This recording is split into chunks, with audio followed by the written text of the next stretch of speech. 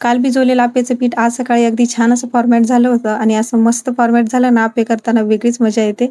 आप्पे करायला ठेवले आणि इकडे पटकन चटणी पण करून घेतली. मुलांचे टिफिन तयार केले आणि त्यांना शाळेत पाठवलं आणि दिवसाची सुरुवात अशी छान झाली. आज सोमवार होता आणि माझा 16 सोमवारामधला आज तिसरा सोमवार आहे म्हणून आज शिवमंदिरात पण जायचं होतं. तर आम्ही दोघे शिवमंदिरात गेलो आणि बेलफूल घेतला. एक पुडा मंदिरात वाहण्यासाठी आणि एक घरी पूजेसाठी. छान असं दर्शन झालं. बेलफूल अर्पण केला आणि उपवास असल्यावर मंदिरात गेले की मनही एकदम शांत होऊन जातं.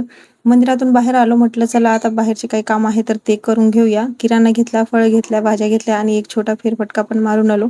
घरी आल्यावर लक्षात आलं की संध्याकाळच्या पूजेसाठी पंचामृत करायला लोणी लागणार आहे.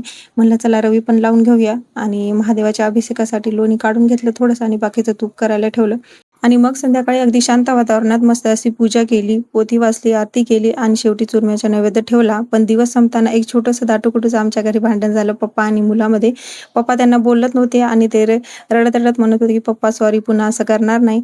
पण शेवटी सगळ्याच लेकरांना माहीत होऊन जातं की पप्पाच्या जवळ गेले की त्यांचा आपोआप राग शांत होतो. आणि हे असंच चालू असतं आपलं छोटंसं गोंडस घरातलं प्रेम आणि हे प्रेम कधी संपणारं नाही. हे यांचं चालूच राहणार आहे. भेटूया आपण पुढच्या व्लॉगमध्ये. तोपर्यंत व्लॉग आवडला असेल तर लाईक आणि सबस्क्राईब करायला अजिबात विसरू नका. बाय.